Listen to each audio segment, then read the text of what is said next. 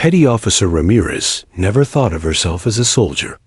She wore the same uniform, carried the same rank insignia, and swore the same oath as every sailor in the United States Navy. But her battlefield was stainless steel counters, steaming pots, and the ever-demanding mess hall.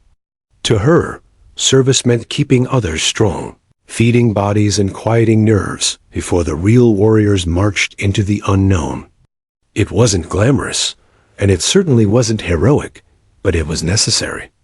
Every morning started the same way.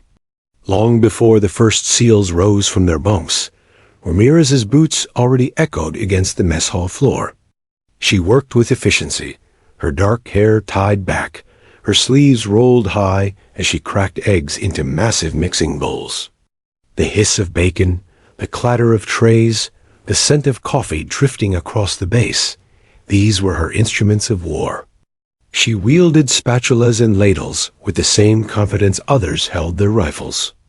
And the SEALs, though too proud to admit it, depended on her. They teased her, sometimes calling her chef, or joking that she ran the most dangerous weapon on base, the chili pot. But beneath their playful remarks was quiet respect. They knew the comfort of a warm meal after weeks in the field, the grounding presence of a familiar face in the storm of combat. Ramirez gave them that stability, day after day, without fail. What they didn't know was how much she cared for them. Every face she served was etched into her memory. Donovan, who devoured pancakes like he hadn't eaten in days. Briggs, who always sprinkled hot sauce on everything. Lee, who ate in silence, but never left without a nod of thanks. She knew their quirks, their appetites, and the subtle lines of weariness that deepened after each mission. She couldn't follow them into battle, but she could give them a taste of home-won plate at a time. Still, Ramirez often wondered how they saw her. To the team, she was background. Important, yes, but invisible compared to the roar of helicopter rotors or the thunder of live fire drills. She wasn't out there breaching doors or fast-roping from helicopters. She wasn't the one they'd remember in stories or mention in debriefs. She was the one who stood quietly in the corner, making sure their mugs were full before they rolled out into danger. It was a role she had accepted long ago. Not everyone was meant to carry a rifle into the fray. Her father, a Navy mechanic, had taught her that every cog in the machine mattered, even the smallest one. No jet flies without the wrench that tightened its bolts, he'd say. And no soldier fights without the meal that keeps him going. Those words had stuck with her, guiding her through the long nights and early mornings when fatigue threatened to overtake her.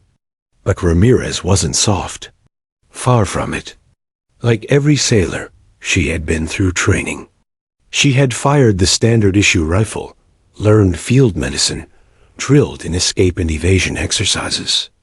It wasn't extensive, certainly not SEAL-level training, but it had carved resilience into her bones. She might not have been a warrior by choice, but she was Navy. She could endure. And endurance was often tested in the desert heat.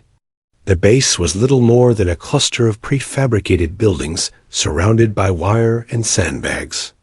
Beyond the wire stretched miles of dust and rock, where danger hid in every dune.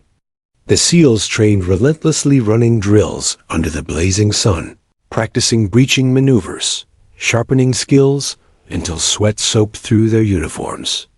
Ramirez would watch from the mess hall window as they moved in perfect synchronicity, their bodies machines of war. She admired them, but she never envied them. Her admiration, however, was not without a trace of longing. At times, late at night when the kitchen was scrubbed clean and the base lay silent, she would sit with her notebook and write down thoughts she never shared. She imagined what it would feel like to be out there, to have her name spoken with reverence for courage instead of for cooking. But then she would close the notebook, tuck it away, and remind herself, her place was here. On one particular evening, the mess hall buzzed with laughter. The SEALs had returned from a grueling mission, faces streaked with dust and exhaustion. Ramirez ladled out portions of stew, the aroma of spices filling the air as trays clattered down the line. She listened to their stories, half serious, half joking, the kind of banter that masked the weight of what they had just survived. She didn't ask questions. She simply served, smiled, and moved on, letting them feel normal again for a little while. Chief Donovan, broad-shouldered and loud-voiced, clapped her on the back. "Ramirez, you keep feeding us like this. We'll be invincible."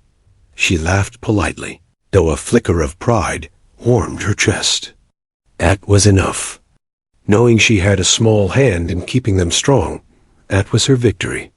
When the hall finally emptied, Ramirez wiped down the counters and stacked trays, her mind drifting to tomorrow's menu. The routine was comforting, predictable, safe. She didn't know it, but that sense of safety was already unraveling. Because outside the wire, in the vast stretch of desert night, shadows were moving. Plans were unfolding. And fate was about to drag Ramirez from the background of her own story to the very center of a battlefield she never asked to enter. In that moment, though, she remained unaware. Just a cook, finishing another day. Just Ramirez, invisible and essential all at once. And yet, history has a way of finding unlikely heroes. The desert has its own kind of silence, a quiet so deep that even the hum of a distant helicopter feels like a thunderclap. That evening, as the sun sank into the horizon, painting the sky in bruised shades of purple and orange, Petty Officer Ramirez was in her element. The mess hall glowed with warm yellow lights, and the rhythmic clatter of pans was the only music inside. She stirred a massive pot of stew, the aroma of cumin and bay leaves rising in steam. It was supposed to be another ordinary night. Around her, a few seals lounged at the long metal tables, their laughter echoing off the walls. Donovan and Briggs argued about football scores, voices raised, faces animated, while Lee sat apart, quietly scrolling through a tablet, as he always did. Ramirez half listened as she moved from pot to counter, adding spices with the precision of someone who had repeated this dance 1,000 times. For her, this kitchen was more than a workplace, it was sanctuary. She had no reason to expect danger. The base was considered secure. Perimeter guards patrolled regularly. Drones scanned the terrain, and intelligence reports had suggested enemy forces were miles away. The SEALs themselves seemed relaxed, joking more freely than usual, their weapons resting within arm's reach, but not clutched in tension. For once, they allowed themselves the illusion of peace. But Ramirez had always trusted her instincts more than reports. And that night, something felt off. At first, it was subtle. A lull in the usual desert sounds, no distant barking dogs, no faint hum of insects, no wind whispering against the sandbags outside. Even the banter of the SEALs couldn't mask the stillness pressing against the walls. Ramirez paused, ladle suspended over a pot, her brow furrowing. "Something wrong, Chef?" Donovan called, catching her momentary distraction. She forced a smile. "Just making sure I didn't burn the stew." The men chuckled, dismissing her concern. But Ramirez's unease lingered, a low thrum in her chest. She tried to shake it off, focusing instead on the rhythm of her work. Potatoes diced, bread set out, trays aligned. Order restored her. Routine was her armor against uncertainty. Still, her eyes drifted toward the window. Out beyond the wire, dusk was deepening, shadows stretching long over the sand. For a second, she thought she saw movement, a ripple in the distance, like figures blending with the desert. She blinked, and it was gone. "Paranoid," she whispered under her breath. Yet her pulse quickened. Lee looked up from his tablet, catching the whisper. "What's that?" "Nothing," Ramirez said quickly, wiping her hands on a towel. "Just tired."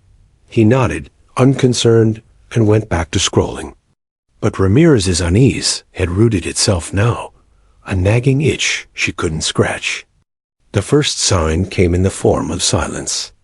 Not the ordinary stillness of the desert, but the absence of something expected, the steady thump of rotor blades. A supply helicopter had been due to arrive at dusk, carrying coffee beans and mail. By now, its distant drone should have filled the air. Instead, there was nothing. She checked the clock above the stove. Late, very late. Strange, she murmured. By now, the SEALs were caught up in a game of cards, their voices carrying easily across the mess hall.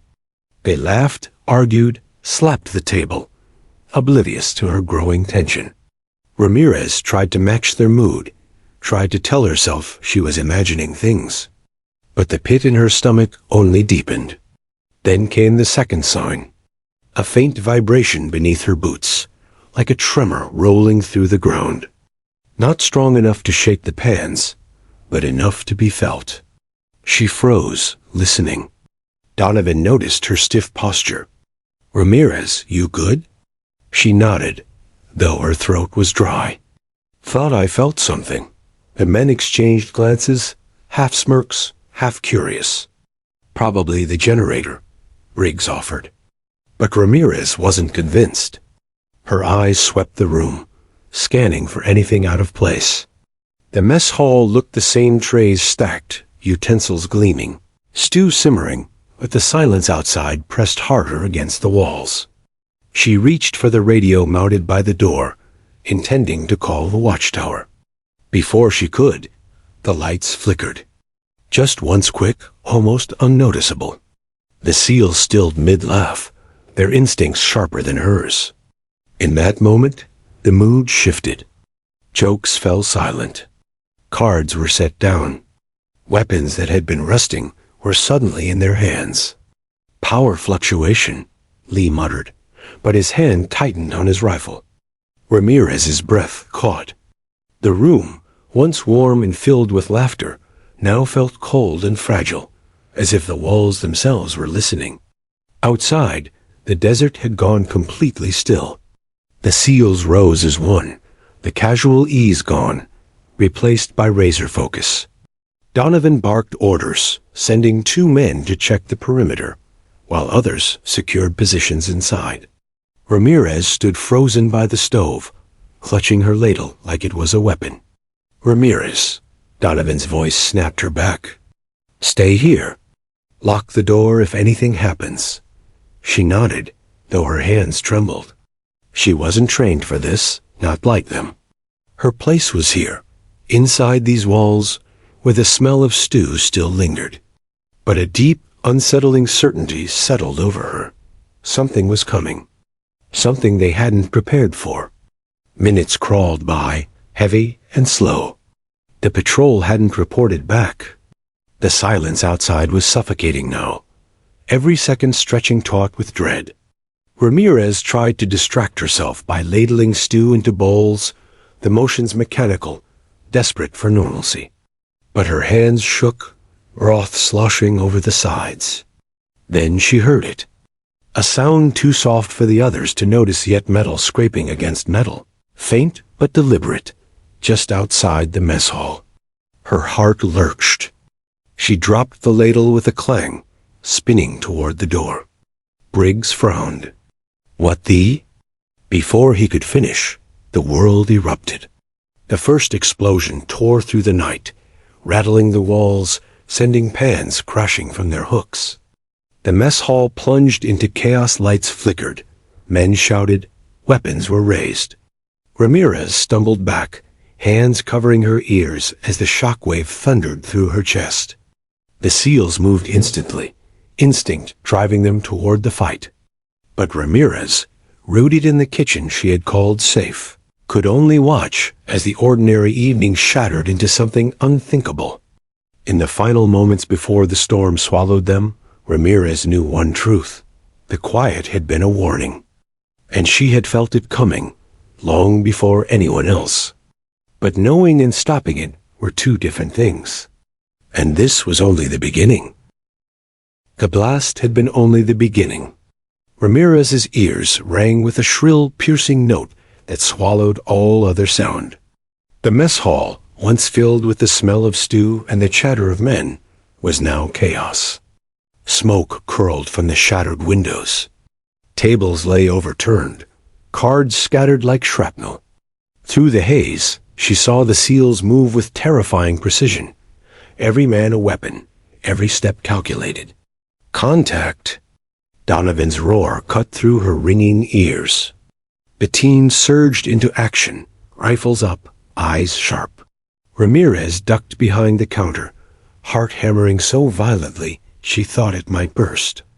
Her hands, so steady while slicing vegetables hours ago, now trembled uncontrollably. She wanted to move, wanted to run, but fear rooted her in place.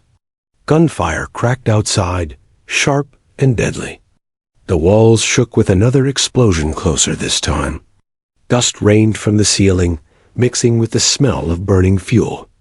Ramirez covered her mouth to keep from coughing, her body pressed low against the floor. Then the door burst open. Figures stormed in silhouettes against the smoke, rifles raised. Enemy fighters, faces masked, movements fast and practiced. They poured into the mess hall like a flood. For the first time, Ramirez saw the SEALs not as invincible warriors, but as men outnumbered, caught in the choke of a well-laid ambush. The firefight erupted instantly. The deafening rattle of rifles filled the room, flashes of muzzle fire cutting through the gloom. Ramirez pressed her face against the cold floor tiles, praying the bullets wouldn't find her. "Stay down," Donovan shouted, his voice sharp, commanding. He and Briggs unleashed controlled bursts of fire, dropping 2 attackers near the doorway. Lee dove behind an overturned table, firing back with precision. For a moment, Ramirez thought they might push the intruders back. But more kept coming. Grenades clattered across the floor, smoke filling the hall in choking waves. Ramirez coughed, eyes stinging, as the room dissolved into shadows. Shapes moved, indistinct but lethal. The SEALs fought with fury, but they were being swallowed. For every enemy that fell, 2 more surged forward. Ramirez clutched the edge of the counter, trying to stay invisible. Her hand brushed something cold, her kitchen knife, fallen from the counter. She gripped it instinctively, though she knew it was laughable against rifles and grenades. Still, the metal steadied her, a thin thread of control in the madness. Through the haze, she glimpsed Donovan grappling with an attacker. The 2 men crashed into a table, plates shattering beneath them. Donovan overpowered the fighter, driving him down, but before he could recover, another rifle butt slammed into his head. He collapsed, motionless. "Donovan!" Ramirez's cry tore from her throat before she could stop it. The mistake cost her. One of the masked fighters turned sharply, eyes locking on the sound. He saw her. Ramirez's stomach lurched. She froze, knife clutched tight as he started toward her. But before he reached her, Briggs intercepted, tackling the man with brutal force. They rolled across the floor, fists flying until a shot rang out. Briggs went limp. Ramirez clamped her hand over her mouth to stop the scream. The fight was slipping away. One by one, the SEALs were overwhelmed. Weapons kicked from their hands, bodies forced to the ground, arms bound with coarse rope. Their defiance never faltered. They fought until the last, but numbers crushed them, dragged them down like prey. Ramirez remained hidden, pressed behind the counter, every muscle taut with terror. Through the cracks of smoke, she saw them, her team, her family beaten and bound, shoved to their knees by men who barked in a language she couldn't understand. Her pulse roared in her ears. She wanted to leap out, to do something, anything. But she was only a cook with a knife, facing armed fighters who had just bested the Navy's finest. Her head screamed at her to stay down, stay invisible, survive. And yet, guilt gnawed at her. She thought of Donovan's laughter that morning, of Lee's quiet nod of thanks, of Briggs smearing hot sauce on everything he ate. These weren't just soldiers. They were men she had cared for, in her own quiet way. And now they were being dragged out the door, prisoners of war. She couldn't move. She couldn't breathe. She could only watch as her team was taken. The fighters filed out, dragging the SEALs into the night. Their boots pounded against the floor, fading into silence. Smoke lingered, curling around the wreckage of the mess hall. Then suddenly, there was nothing, just the soft crackle of fire and the faint moan of twisted metal. Ramirez remained frozen for what felt like hours, though it was only minutes. Her knife slipped from her hand, clattering against the tiles. She pressed her forehead to the counter, trembling so hard she thought her bones might rattle apart. The mess hall was empty now. Empty, except for her. Slowly, she lifted her head. Her ears still rang, but the silence pressed harder than the noise had. Her eyes swept the devastation tables splintered, trays overturned, blood streaked across the floor. She stumbled to her feet, legs weak, and staggered toward the door. Outside, the desert stretched dark and vast. The night air hit her lungs like ice, carrying the acrid scent of gunpowder. The convoy of captors was already gone, swallowed by the horizon. Only tire tracks scarred the sand, leading into the unknown.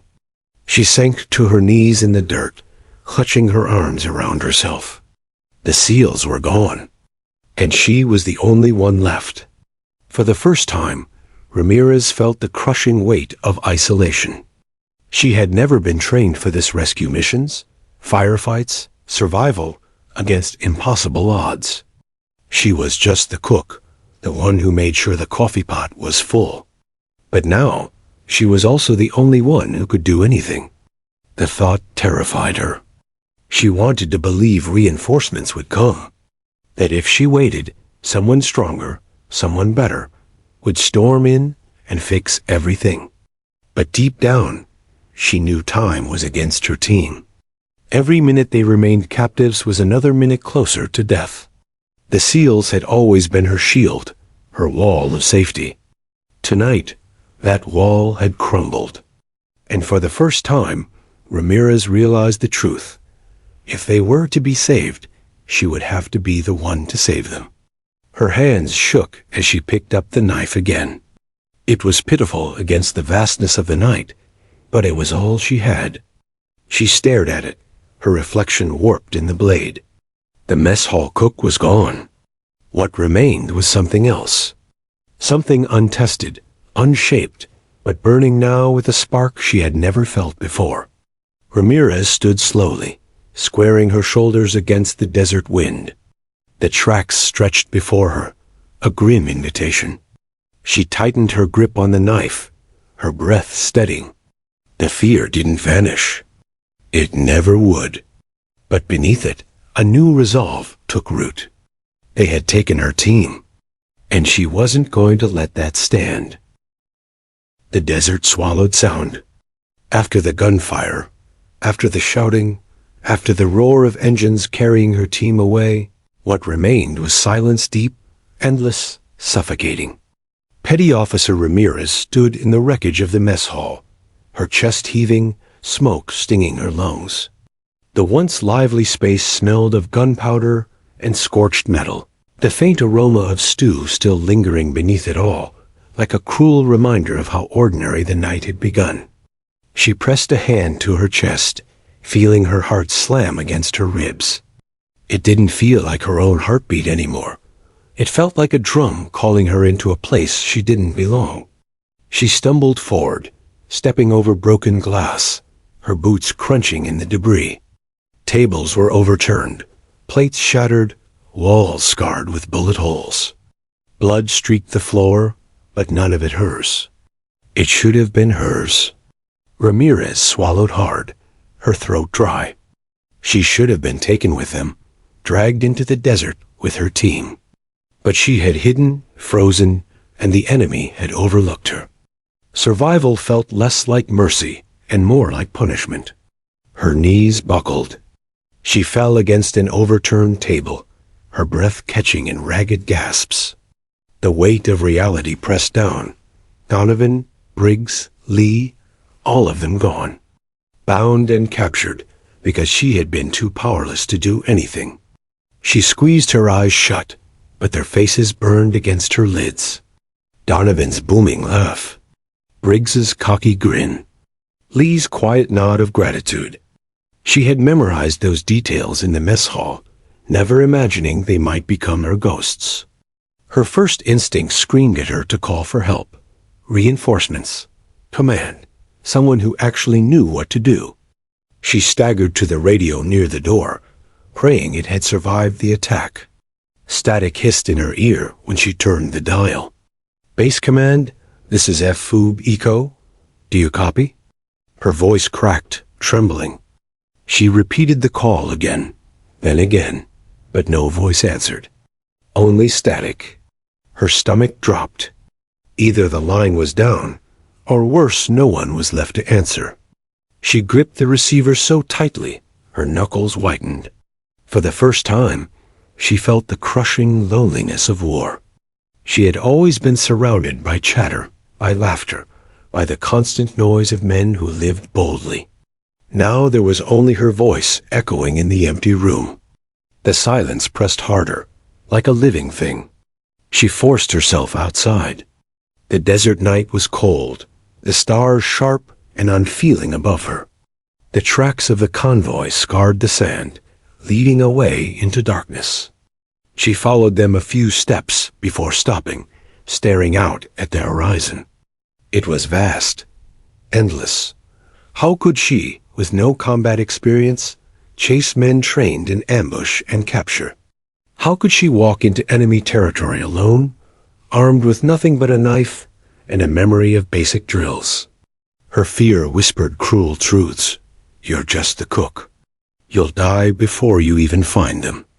Ramirez wrapped her arms around herself, shivering though the air wasn't that cold. She wanted desperately to believe someone would come, that she could wait, hidden, until command sent reinforcements. But she had seen the look in the attacker's eyes. These men hadn't captured her team for ransom or negotiation. They had taken them to break them, to kill them. Waiting meant death. She staggered back inside, her boots dragging. She found herself at the stove, staring blankly at the pot of stew. It was still half full, still steaming faintly. She grabbed the ladle, her hands moving on instinct, and poured herself a bowl. She sat on the floor, surrounded by shattered glass, and ate. The taste was hollow, ash in her mouth. But the act grounded her. She was still alive, still breathing, still able to move. Her father's voice echoed in her mind. Every cog matters. No jet flies without the wrench.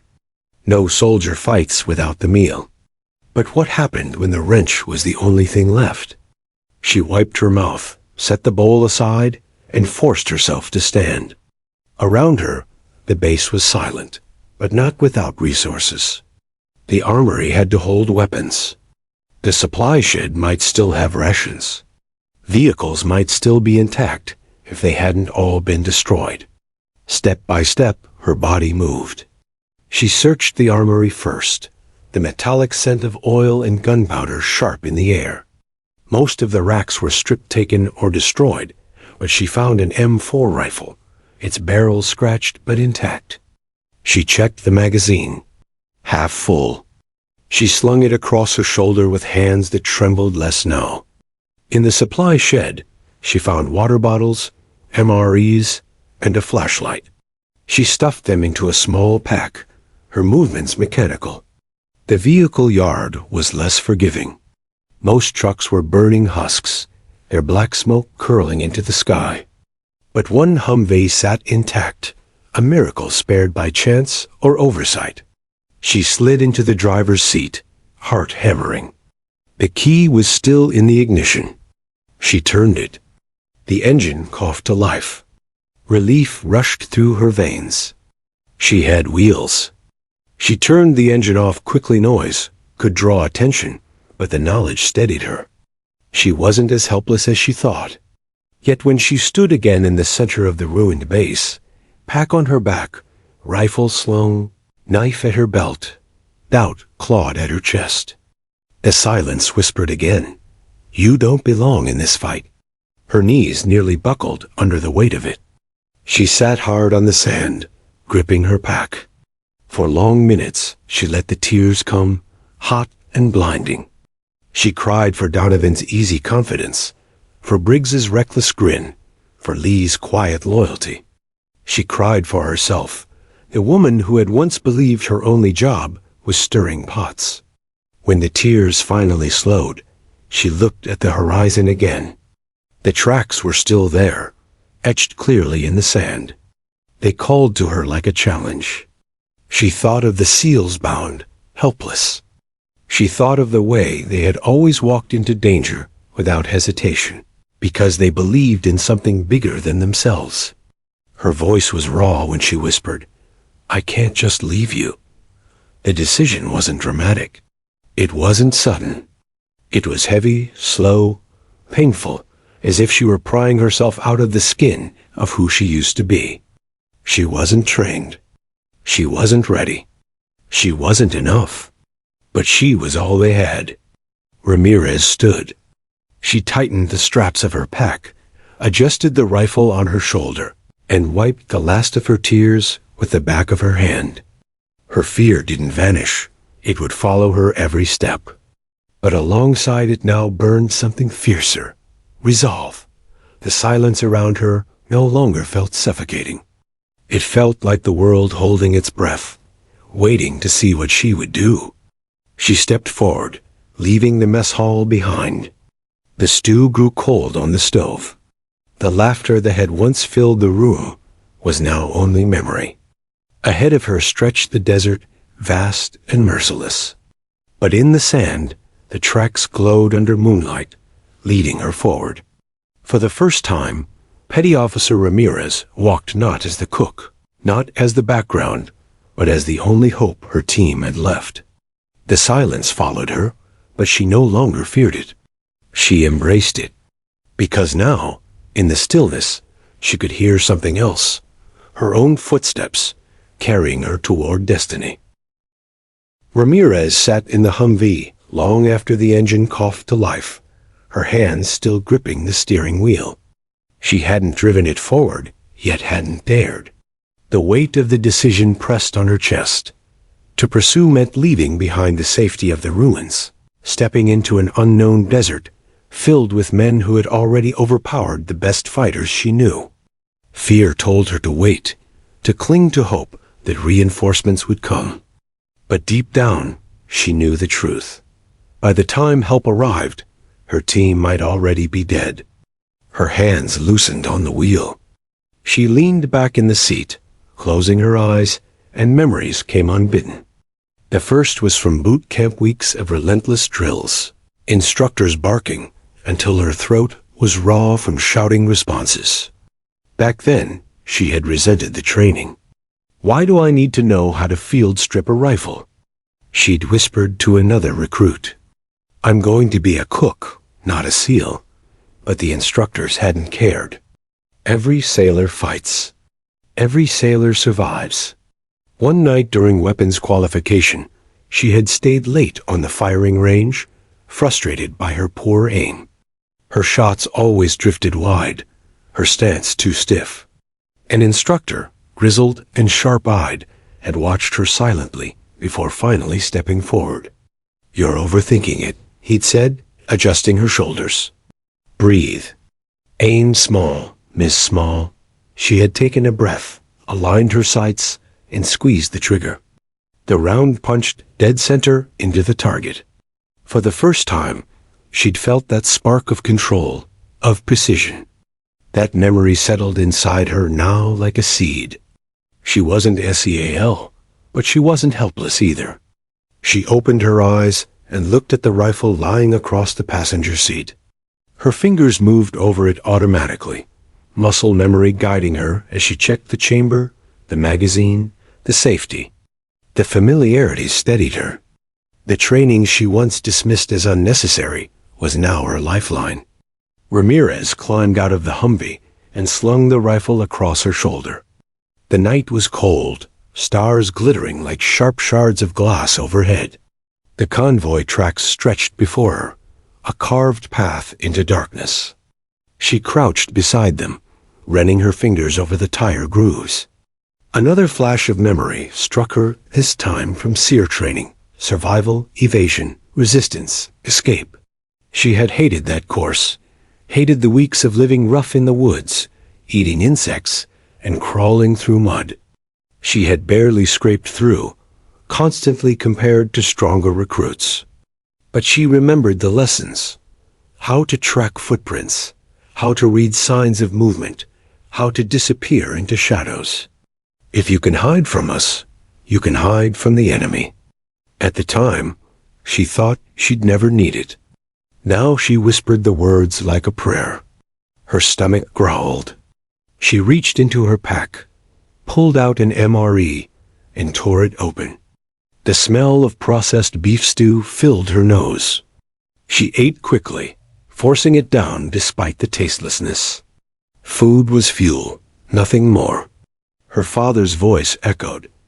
A wrench doesn't complain about grease. It just turns the bolt. When she finished, she washed it down with a swallow of warm water. She repacked carefully, tucking everything into place. Every item mattered now. Her next step was to test her weapon. She walked a short distance from the base and found a metal barrel half buried in sand. She aimed, just as the instructor had taught her years ago. Breathe, align, squeeze. The rifle cracked, recoil snapping against her shoulder. The round punched through the barrel with a clean metallic ring. Ramirez exhaled slowly. Her hands were still shaky, but the sight of the clean hole gave her something to cling to. She wasn't useless. She could do this. Inside the armory, she searched again, more carefully this time. Beneath a toppled rack, she found 2 spare magazines and a pouch of loose rounds. She reloaded methodically, her fingers fumbling at first before settling into rhythm. She found a combat knife, heavier and sharper than her kitchen blade. She slid it into the sheath on her belt. By the time she stepped back into the night, she no longer felt like just a cook. She wasn't a SEAL, but she was a sailor armed and ready. Still, doubt clawed at her. She sat on the hood of the Humvee, staring at the horizon, her breath fogging in the cold air. The silence pressed again, reminding her of her insignificance. What chance did she really have? Her mind slipped again into memory, unspooling another thread. This time, it was from a training day at sea. A storm had rolled over the ship, waves crashing violently, the deck slick and dangerous. Most sailors clung to rails, seasick and miserable. Ramirez had gritted her teeth, forcing herself to keep moving despite nausea. When she collapsed in her bunk later, her bunkmate had whispered, "I don't know how you didn't quit." Her answer then had been simple. Quitting wasn't an option. The words came back to her now, settling deep. Quitting wasn't an option. Not for her team. Not for herself. She slid off the Humvee, gripping her pack tighter. Her preparations were almost done, but one last task remained. She returned to the mess hall, stepping carefully over the wreckage. The smell of blood and smoke clung to the air, but she forced herself inside. She found her notebook on a shelf, pages filled with recipes, sketches, and fragments of thoughts. She tore out a sheet and scribbled a note in hurried handwriting. If anyone finds this team taken. Heading after them, Ramirez. She pinned it to the wall with a knife. It was both a record and a farewell. When she stepped outside again, the desert seemed to stretch endlessly, the tire tracks a scar cutting forward. She felt the fear rise again, but this time she didn't let it control her. She adjusted her pack, tightened her grip on the rifle, and whispered to herself, "Aim small. Miss small. The first step into the sand felt heavier than any she had ever taken. But the second was lighter, and the third steadier still. Behind her, the base lay silent, the mess hall glowing faintly in the moonlight. Ahead, the night swallowed her. Every step forward carried her deeper into the unknown, but also closer to her team. She wasn't the cook anymore. She was the hunter. The desert was alive in a way Ramirez had never noticed before. By day, it had seemed barren, flat, and empty. But under the moonlight, the sand rippled with shadows, the wind whispering across dunes like 1,000 voices she couldn't quite hear. Each crunch of her boots sounded deafening in the silence, a reminder of how exposed she truly was. The convoy tracks were her compass. They cut deep through the sand, unmistakable grooves, carved by heavy tires. She crouched low to examine them, recalling lessons from seer training. Tire width, depth of impressions, even small stones crushed beneath the weight, all gave her clues. The tracks were fresh, maybe less than 2 hours old. Her captors weren't far ahead. She adjusted her rifle, keeping it close. Her heartbeat thudded in her ears. She had always been on the periphery of missions, watching SEALs come back dusty, bruised and grinning, while she stirred stew or scrubbed pans. Now she was the one chasing danger. The irony wasn't lost on her. The first miles were brutal. The desert was unforgiving, the sand dragging at her boots, her pack weighing heavier with each step. Sweat trickled down her spine despite the cold air. She forced herself into a steady rhythm walk. Breathe, scan, repeat. Every few steps, she paused, crouching to listen. Silence, save for the faint wail of wind. After an hour, she spotted something glinting in the sand. She crouched, brushing it free with trembling fingers. A pair of flex cuffs snapped open. Relief flooded her. Someone had tried to fight back. She imagined Donovan straining against restraints, or Briggs working his cocky grin into a distraction. They were still alive. They had to be.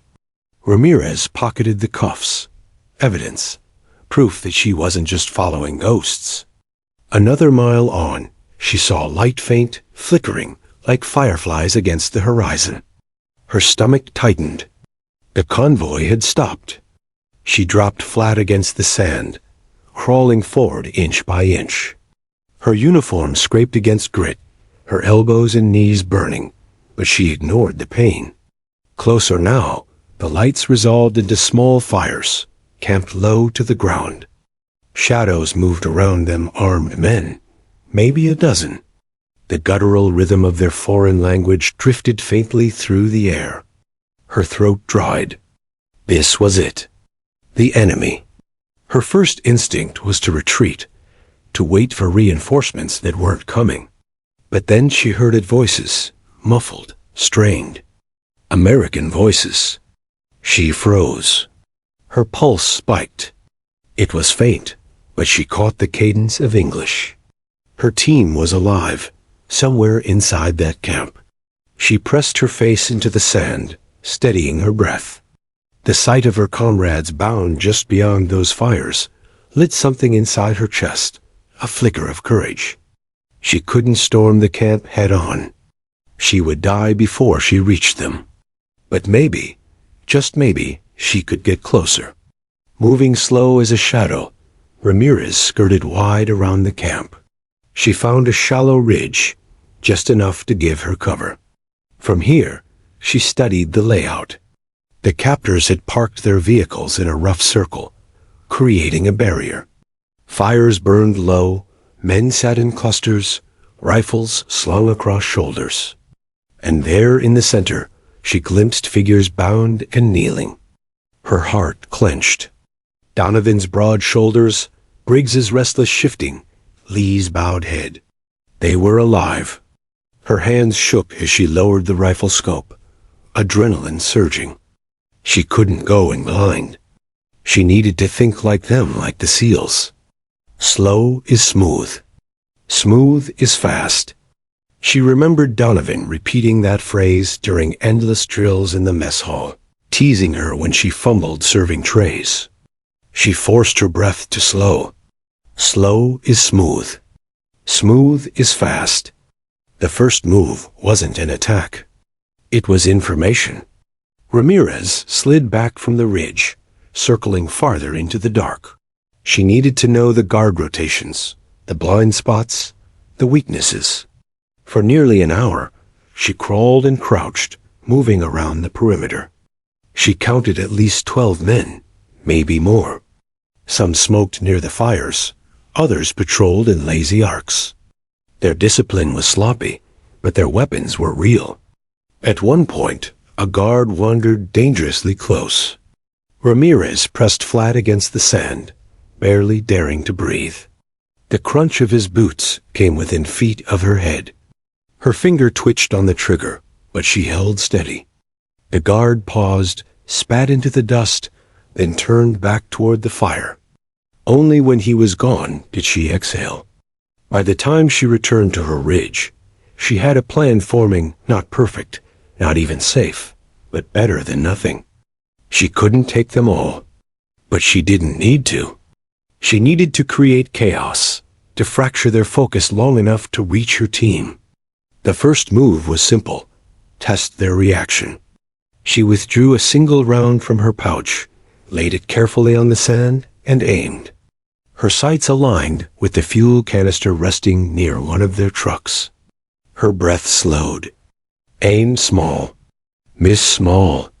The shot cracked across the desert, sharp as a whip. The round punched into the canister, and a split second later, fire whooshed upward. Shouts erupted in the camp, men scrambling, rifles swinging wildly. Ramirez ducked low, heart hammering. She waited, counting. The men clustered around the flames, arguing, distracted. None looked toward her ridge. She smiled grimly. That was enough for tonight. The first move had been made. Sliding backward, she retreated into the dark. She wouldn't charge in blind. She would watch, wait, and strike when the time was right. But tonight, for the first time, she had shown herself what she was capable of. She was no longer just following tracks. She was hunting. Ramirez's hands were steady now, though her heart pounded like a war drum. Every step toward the enemy compound was calculated. Her eyes darted between shadows, her breath shallow, senses sharpened by adrenaline and fear. She moved like a ghost across the dunes, the rifle clutched close, the combat knife heavy at her hip. From her perch behind a sand dune, she could see the compound clearly. Fires flickered, casting long dancing shadows across the rough walls of metal and stone. Armed men patrolled in pairs, some lazy, some vigilant. And there in the center yard, her team knelt, bound, heads bowed. Donovan's broad shoulders, Briggs's restless fidgeting, Lee's quiet determination all alive, all waiting, all helpless. Ramirez swallowed hard. This was no longer a game of observation. This was real. She had to act. She crouched low, surveying their positions. 12 guards, maybe 14 if she counted the ones near the trucks. Most were clustered near the fires, drinking and laughing, confident. One patrolled a path along the perimeter, walking slowly, rifle loose in his hands. Another dozed near a supply crate. These were her opportunities. Her first move had been the shot at the fuel canister, a small distraction. Tonight, she would use shadows, stealth, and surprise to her advantage. She slipped from her cover, moving along the wall of the compound. Every crunch of sand underfoot threatened to betray her, but she slowed to a crawl, timing her movements with the creaks of the floorboards, the murmur of voices. The first guard she approached didn't see her until she was nearly on top of him. Ramirez raised her knife and brought it down in a swift arc. The guard crumpled silently. Heart racing, she dragged the body into shadow, barely daring to breathe. Two more guards, distracted by the fires nearby, didn't notice her. Ramirez crept behind them, each step a careful calculation. Her training, rudimentary compared to the SEALs, was enough. She struck again, a quick, silent takedown, leaving a trail of unconscious bodies along the perimeter. Finally, she reached the central yard. Her team remained kneeling, bound by rough ropes, the captors momentarily distracted by the commotion at the fires. Ramirez's pulse leapt. She had only one chance. She moved forward, low and fast, cutting the first rope around Donovan's wrists. Donovan's head snapped up, eyes wide. "Ramirez?" She hissed. "Stay quiet. I've got you." Her hands moved quickly, slicing ropes with precision. Briggs's arms were next, then Lee's. The men froze for a heartbeat, their shock mirrored in their wide eyes. None of them could believe what they were seeing. The cook, the one they never considered a warrior, standing in the shadows like a predator. The captors finally noticed something was wrong. Shouts rang out, rifles lifted. The firefight erupted like a storm breaking over the desert. Ramirez's rifle barked in short, controlled bursts. Her first few shots missed, wild with adrenaline, but she quickly adjusted, picking targets methodically. Bullets sparked off walls, dirt flew, and men went down, clutching arms and faces. Donovan rolled to cover, grabbing a fallen rifle and firing with expert precision. Briggs dove for a crate, returning fire in long, controlled bursts. Lee stayed low, scanning the perimeter for angles, his quiet competence complementing Ramirez's frantic determination. The enemy was disoriented. They had expected a fight, yes, but never like this. Never from her. The cook they had ignored, the woman they thought powerless, was now the fulcrum of chaos. Ramirez ducked behind a crate, scanning for threats.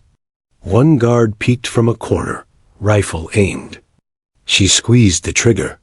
The round struck true. Another fell. The yard erupted into pandemonium. Despite the noise, Ramirez moved with purpose. She cut ropes, guided her team toward cover, and coordinated with hand signals, using the limited training she had remembered in flashes from drills and exercises. Her voice cracked as she shouted over gunfire, "Move!" Behind the wall. Donovan shouted back, taking point with Briggs flanking him. Ramirez stayed close, clearing obstacles, knocking aside rifles and bodies. Every step forward felt like a lifetime. Every shot was a test of nerves, every breath a gamble. By the time they reached the perimeter wall, the enemy had realized the tables had turned. Reinforcements from the nearby tents attempted to intervene, but Ramirez and the SEALs worked as a unit. Donovan barked orders. Briggs provided covering fire. Lee moved to flank, and Ramirez kept clearing a path with precise shots. It was terrifying, exhausting, and magnificent all at once. The Humvee they had noticed earlier, the one she had prepared, was now their beacon of escape. Ramirez sprinted toward it, bullets kicking up sand around her. Donovan was right behind, weapon ready, Briggs covering, Lee scanning. She reached the driver's seat, started the engine, and the vehicle roared to life. As they sped toward the desert, the fires of the compound burning behind them, Ramirez allowed herself a brief glance at the SEALs. Shock and awe were etched across their faces, mingled with disbelief and gratitude. She was breathing hard, hands trembling, heart still racing, but she had done it. She had fought back. They weren't safe yet. The desert was vast, and enemies could pursue them at any moment. But they were alive. Briggs clapped her shoulder, wide-eyed. I don't even know what to say." Donovan, usually stoic, nodded in respect. "You saved us." "All of us?" Lee's quiet voice added. "You weren't just a cook tonight. You were a warrior." Ramirez shook her head, trying to absorb the weight of what she had accomplished. She didn't feel like a warrior. She felt tired, raw, and human. But as the desert night stretched before them, she realized something she hadn't known. Courage didn't come from titles or training alone. It came from the refusal to abandon those who depended on you. Her team's safety was now in motion, and she had carried the heaviest burden stepping into a fight she never expected to face. For the first time, Ramirez understood what it meant to be indispensable. She wasn't just the cook who kept the seals fed. She was the woman who had taken their survival into her own hands. As they drove into the night, away from the smoldering compound, the desert seemed less empty, less silent.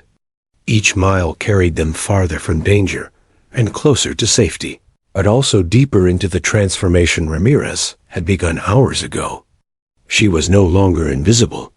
She was no longer background. She was the fighter who had risen from the mess hall to the battlefield, and she had proven it. The desert was quiet now. The fires of the enemy compound had burned themselves out, smoke curling faintly into the starlit sky. The Humvee rolled steadily across the sand, carrying Ramirez and the seals away from danger and into the uncertain safety of the night. Inside the vehicle, silence reigned at first. Donovan, Briggs, and Lee, exhausted and bruised, leaned against the seats, weapons still clutched in their hands. Their faces were pale from tension and the adrenaline crash that always follows a life-or-death ordeal. Ramirez kept her hands on the wheel, her pulse gradually slowing, though her muscles still ached from the relentless movement, the tension, the fight. Finally, Donovan spoke, his voice low, almost reverent. "I can't believe it. You saved us." Ramirez swallowed, unsure what to say. "I didn't know what else to do," she admitted, voice trembling slightly. "I just had to try." Briggs laughed quietly, a shaky sound of disbelief. "Try? You practically took down half their camp by yourself. You were like a ghost out there." Lee, usually quiet and analytical, finally looked up. His gaze was steady, thoughtful. "You weren't just trying. You were deliberate. Every move you made was calculated. You remembered your training, adapted, and executed. I've never seen anyone like that."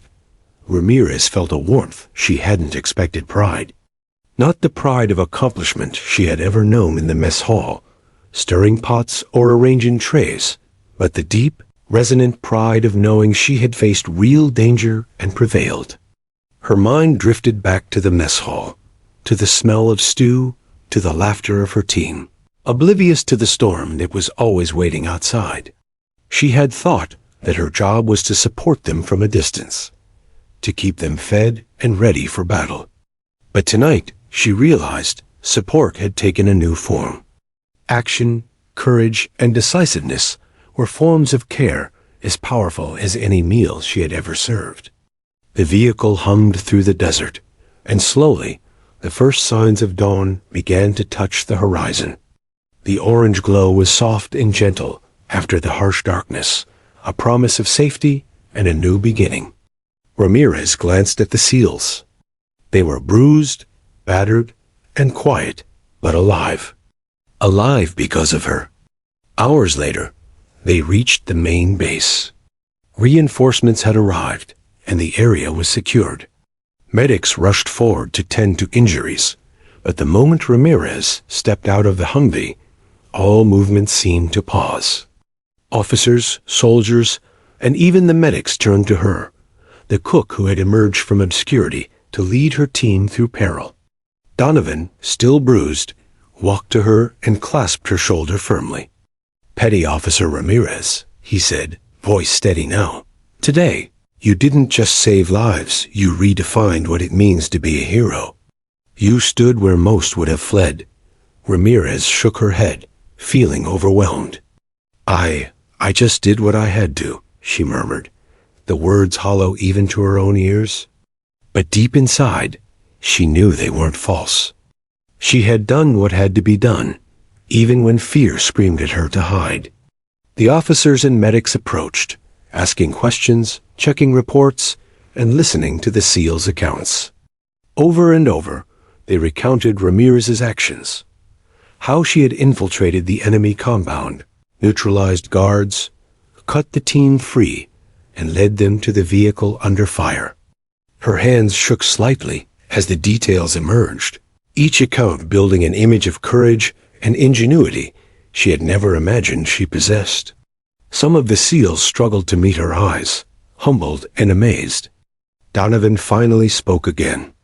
"I can't believe I didn't see it before. All this time, we thought of you as background, someone keeping us fed and happy. But tonight, you were the front line. You were the reason we're alive." Ramirez swallowed hard. She felt a swelling of emotion, one she hadn't allowed herself to feel until now. For years, she had accepted the idea of being invisible, of serving quietly and faithfully. But that night had shattered that notion. She had been invisible, yes, but only until she had chosen not to be.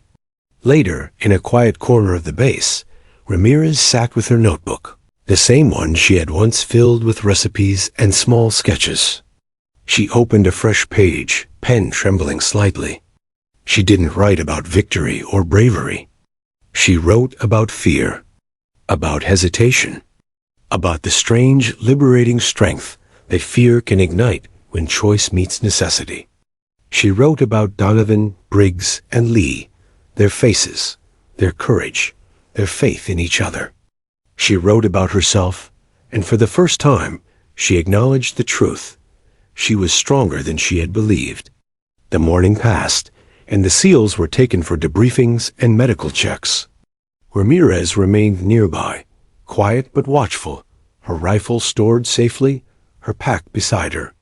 The base personnel whispered, curious, impressed. She caught snippets of conversation stories of her infiltration, of her bravery, of the way she had turned a desperate situation into a triumph. By midday, the commanding officer called Ramirez into his office. He was tall, imposing, his face lined with years of service and the weight of countless decisions. Ramirez entered, standing at attention as he gestured for her to sit. "Petty Officer Ramirez," he began, voice steady, "you have performed an extraordinary act of valor. Your initiative, courage, and ingenuity saved the lives of some of our most elite operators. You have exemplified the very best of the Navy's values." Ramirez felt her cheeks flush. "Thank you, sir. I just did what I had to." The officer smiled faintly, shaking his head. "And that is exactly why it mattered. We will be recommending you for recognition, commendations, and a special mention for heroism. You have changed the way we look at service, bravery, and courage. Today, you weren't just a cook, you were a warrior." The words resonated deeply. For years, Ramirez had measured herself against others, believing her contributions small, invisible. But now she realized that heroism didn't require titles, guns, or medals. It required resolve, courage, and the willingness to act when it mattered most. She had all three. As the day waned, she returned to the mess hall. The smell of stew and baked bread filled the air once again, comforting and familiar. She looked around, seeing the young sailors bustling about, unaware of the night's extraordinary events. She smiled faintly, realizing that she would continue to serve meals, to prepare food, and to support her team, but she would do so knowing that service was only one form of heroism, and action was another. Donovan, Briggs, and Lee returned, their injuries treated but their spirits renewed. They greeted her with quiet gratitude, small nods, and the kind of smiles that carried weight far beyond words. "You did it," Donovan said simply.